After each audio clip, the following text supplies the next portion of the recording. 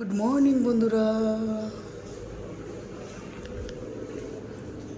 এই দেখো সকাল সকাল রান্না শুরু করে দিয়েছি। মুসুরির ডাল, পেঁয়াজের ডাল হবে, আর এই যে কলার তরকারি।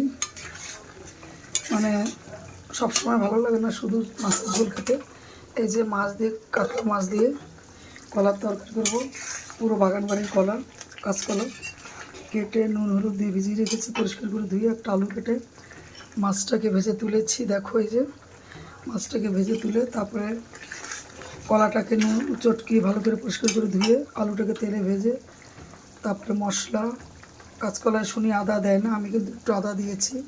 আদা, শুকনো লঙ্কা, কাঁচা লঙ্কা, জিরে পেস্ট করে বেটে আলুটা সুন্দর করে ভেজে কষিয়ে তারপরে কাঁচকলা দিয়ে নুন হলুদ দিয়ে কষিয়ে এই যে ঝোল দিয়েছি। দেখো এটা হচ্ছে কাতলা মাছের ঝোল হবে। আর এটা হচ্ছে ডাল, পেঁয়াজের ডাল, আর আলু ভাজা হবে। আর আছে দেখো পটল চিংড়ি। এই দেখো গোল গোল করে পটল কাটে, আমি কখনো কখনো এরকম ফালি দিয়েও কাটি, মানে মাঝখানে সুন্দর করে আলু কেটে দুটো তেলে ভেজে তুলে রেখেছি।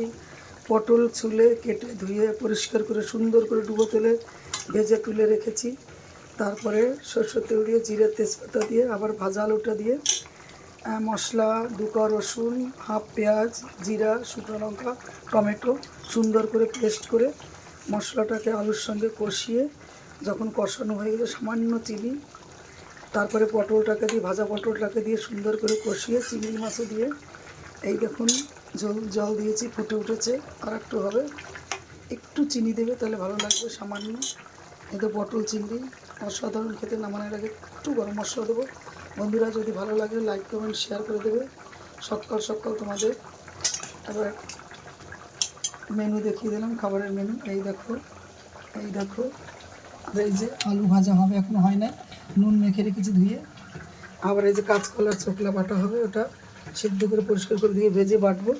এই যে রসুন বেটেছি, কাঁচকলা যে বাটা করবো চোখলা। এই দেখো বন্ধুরা